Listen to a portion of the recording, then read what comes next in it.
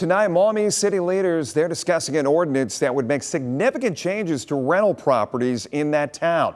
Chase Bachman was at tonight's crowded City Council meeting. He joins us now live from Maumee. What'd you find out, Chase?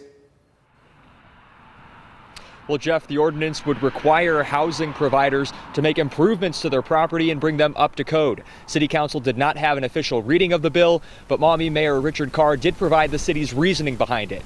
Still, housing providers say it is fundamentally flawed.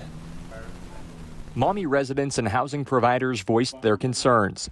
When we saw the ordinance, we got extremely concerned about everything that it said. The city is considering an ordinance that would retrofit all properties to new standards and punish housing providers who don't comply. There's so many components of it that are just, we would be unable to comply with. Mayor Richard Carr says the ordinance would prevent blight and bring down the risk of gun violence. The enactment and stringent enforcement of property maintenance ordinance with significant penalties is the most effective means of preventing blight.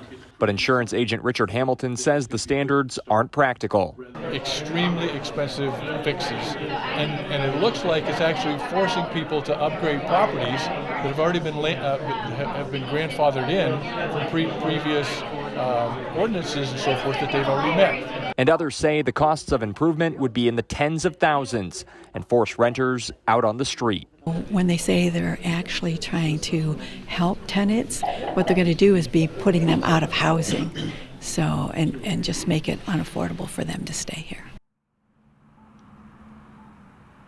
And Mayor Carr expects there to be future conversations and revisions to the language of that ordinance, and housing providers hope the city can use existing laws to target the bad property owners instead of all property owners.